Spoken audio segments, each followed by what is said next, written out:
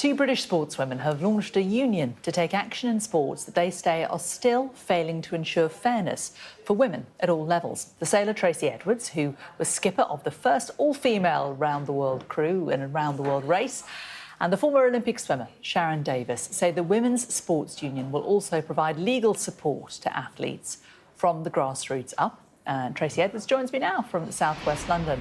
Tracy, good to talk to you today. So why did you and Sharron feel that this organisation was necessary? Well, Sharron and I have known each other for a number of years, actually, since Maiden sailed into New Zealand and Sharron was doing the Commonwealth Games, so we've known each other for a while.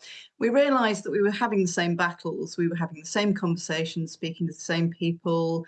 And, you know, Sharron a few months ago called me up and said, why don't we join forces and, you know, really do something here? So, you know, we decided we have different skill sets, different contacts. We know different areas of sport, but sport is our thing. And also, you know, we hear from people all the time, members of the public, that are struggling to understand what's happening with women's sports. You know, parents of girls who have boys in their teams. And so we thought, why don't we put this together and become a voice for everyone? So we've launched the Women's Sports Union yesterday. It's all been a bit crazy. So we need people to join with us and come and donate or become a member. And, you know, we will be the voices of a lot of people who can't still speak up at the moment. You mentioned the concerns about girls who are having to compete against boys. Why shouldn't those who are biologically different compete against each other, do you think? Well, sport was categorised for a reason, you know, 50, 60 years ago when sport started becoming professional. I mean, men basically said to women, you're not fast enough, you're not strong enough, go and do your own thing. So we did. And we set up, you know, women's sports teams and you know, we had the sports categories for a reason. And then a few years ago, some men came along and said, no, actually, we'll have that as well. And it's just not fair. You know, sport is played and competed with physical bodies. It's not played with feelings, and it's not fair and inclusive and safe for women to be forced to have men in their teams, or, you know, as we saw in the Olympics, that awful sight of, you know, two men beating up women in the boxing ring. So, and this isn't just the opinion of a few people now, this is the opinion of a majority of the British public.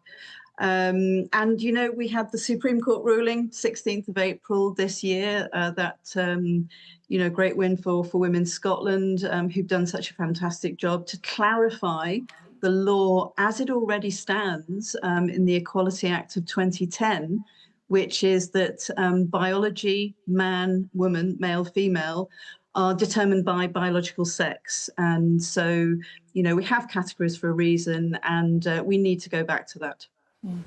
There will be still those, though, who will say that organisations like yours may discourage people who are trans from competing in sport. What would you say to that? Oh, not at all. Absolutely not at all. Trans people can compete in sport. They always have been able to. But we must make sure that bodies compete in the category to which their physiological biology belongs. So, you know, trans people can play sport, they just need to play in the right category. We've seen a lot of sports governing bodies making clear, especially after the Supreme Court's ruling, including athletics, cycling, rowing, football and rugby, how the teams should be separated. But there are still some other sports, aren't there, that aren't. What are the key ones that you think need to change? So at the moment, yes, you're right. So rugby and swimming were in there quite quickly. Football has finally, you know, sort of gone back to where we should be. I think that was more of a insurance financial reason, but for whatever reason, we don't care. My own sport, sailing, is unlawful at the moment and still letting men into the women's categories or male bodies into female sport. So cycling actually does have some way to go. There are 34 sports in the UK at the moment, 34 sports that think so little of women's rights that they would place the feelings of men over the rights of women, rights in law. So those 34 sports are going to be hearing from Sharron Davies and myself.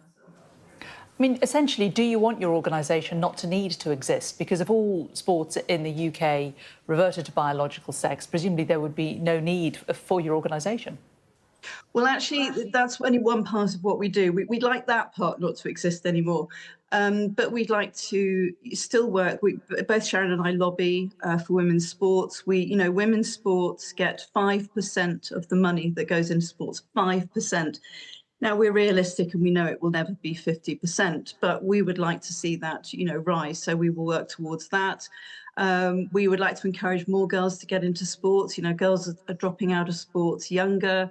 A lot of that is to do with not wanting boys in girls' changing rooms. Girls don't want to change in front of other girls, let alone other boys. So there's still lots of work to be done around women's sports, and I know, Maiden 37 years ago, and changes have happened, and we do see the amazing lionesses on television, and the female rugby players, and they're all fantastic. But that kind of seems to be at the expense of other sports, women's sports. So we will carry on the union working with organisations to make sure that women's sport is in the media, getting the bigger money, and the girls are encouraged to play sports. Tracy Edwards, good to talk to you today. Thanks very much for joining us. Thank you.